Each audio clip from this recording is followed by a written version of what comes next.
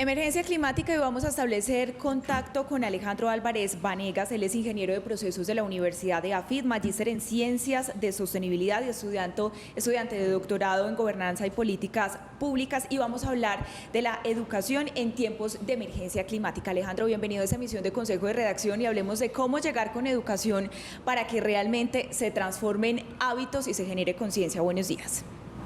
Buenos días y muchas gracias por la invitación. Como ven, por aquí también ya está saliendo el solecito que decían ahorita que lo tenían de frente. Yo también lo tengo acá ya alumbrándome. Así es, se nota el reflejo del sol. Yo lo tengo a mi espalda y usted lo tiene de frente, Alejandro. Muy de frente. Hablemos acerca de ese tema, de cómo cambiar esos hábitos a través de la educación y que no se quede simplemente en actos que buscan llevar conocimiento a las poblaciones, sino que realmente se transformen vidas. Sí, yo creo que es uno de los puntos más fundamentales cuando hablamos de abordar esta crisis climática o la crisis ecológica, si la vemos de una manera un poco más amplia, porque, a ver, la educación tiene un propósito muy importante y es ayudar a ubicarnos a nosotros en el mundo.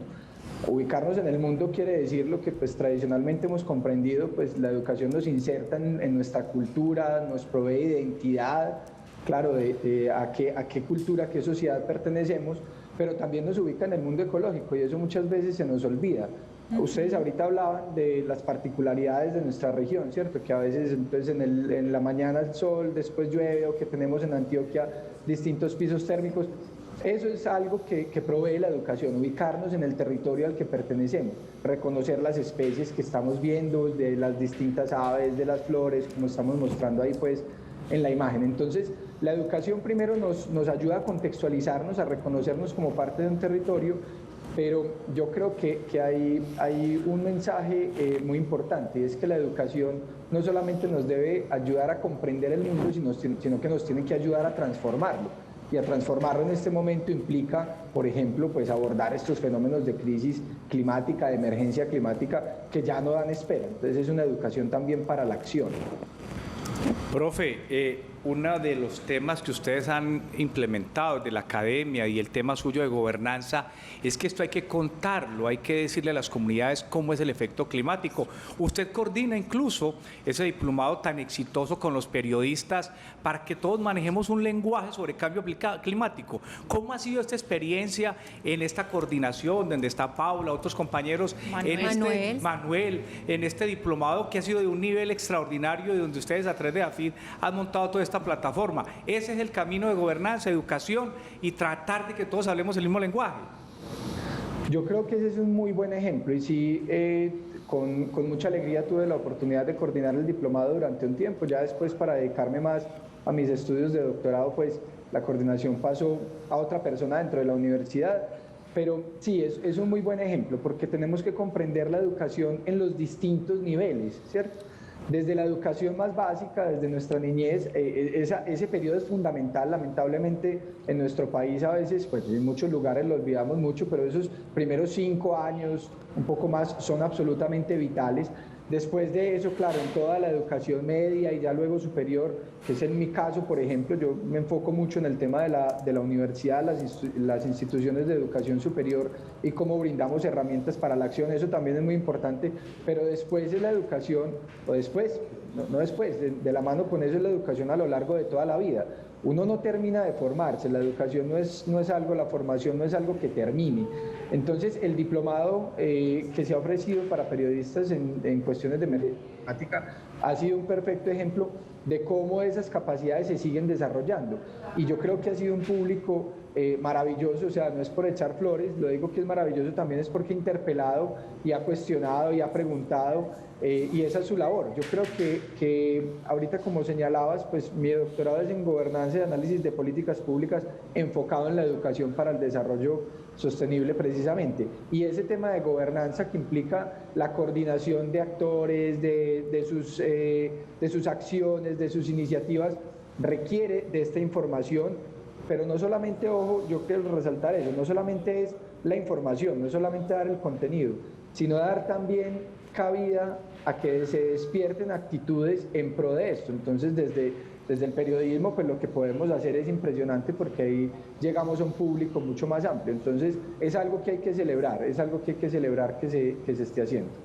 Profesor, ¿y cómo vamos en esa conciencia climática, en esa conciencia ambiental? Pues uno ve esperanza cuando observa las nuevas generaciones, cuando ve los desarrollos que se hacen desde las universidades, pero ¿cómo llegarle a esas generaciones que crecieron en otro ambiente, literal, en otro ambiente, con otras creencias, a las cuales es difícil todavía llegarles?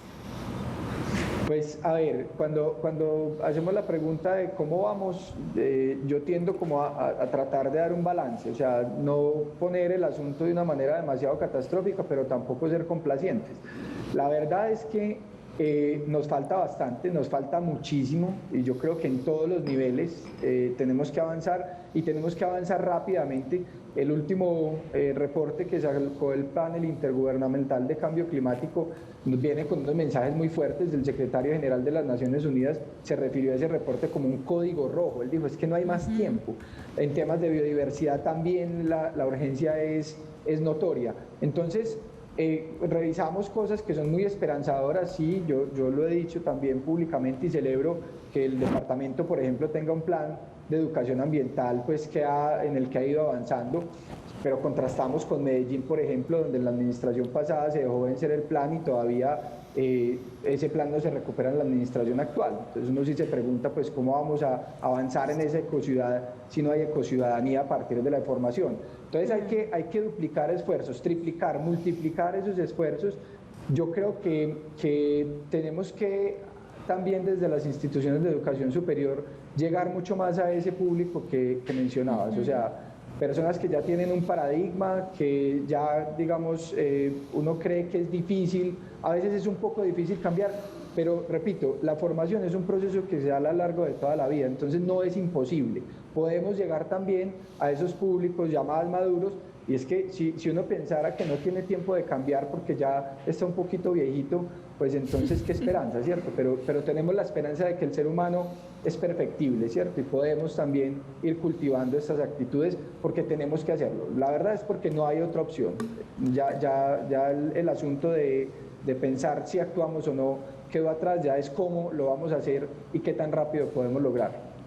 Alejandro, Juan ahorita hablaba del diplomado que a propósito pues llega a su fin este fin de semana. Andrea tocaba un poco el tema de la educación superior y lo mencionaba usted, pero en los niños, ¿cómo está ese tema de la educación ambiental? ¿Qué tanto están formando los colegios en ese asunto? A ver, yo veo con optimismo ese cambio, pues cada vez los estudiantes llegan con una sensibilidad más profunda frente a estos temas y eso pues debe ser claro reflejo también de lo que se está haciendo en los colegios.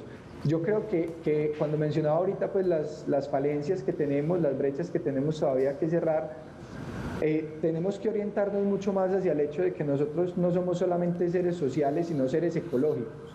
Y aunque en los colegios se ha venido avanzando, yo creo que todavía nos falta muchísima exposición a nuestro contexto, muchísimo más entendimiento de qué es nuestra biodiversidad. Hablando hace poco por ahí con un amigo decíamos, pues a uno del colegio le enseñaban y pues hoy, repito, sé que las cosas van cambiando, pero los ríos de Asia y de Europa y de pronto uno no le enseñan cómo se llama la quebrada que queda al lado del colegio, ¿cierto? Aquí en el Valle de Aburrá, que caminamos 10, 15 minutos y cada rato nos encontramos una quebrada, preguntémonos si sabemos el nombre de ella, ¿cierto? Y si sabemos cuáles son esas particularidades de nuestro contexto.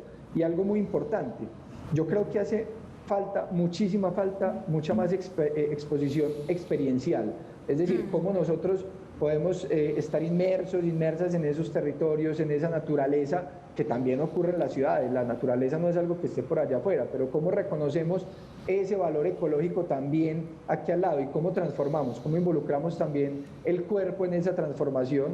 Entonces hay pedagogías orientadas a la acción, el aprendizaje de servicio es una que yo he venido estudiando pues también en mi doctorado y que permite transformar el territorio, pero transformarnos también como personas. Entonces hay que subirle el volumen, digamos, a ese tipo de estrategias y a ese tipo de iniciativas que nos pueden acercar mucho más, vincularnos con la naturaleza, quererla y cuidarla y protegerla. Bueno, educación ambiental para enfrentar la emergencia climática. Alejandro Álvarez esta mañana con nosotros aquí en Consejo de Redacción. Gracias, Alejandro, y un feliz día. A ustedes por la invitación. Chao.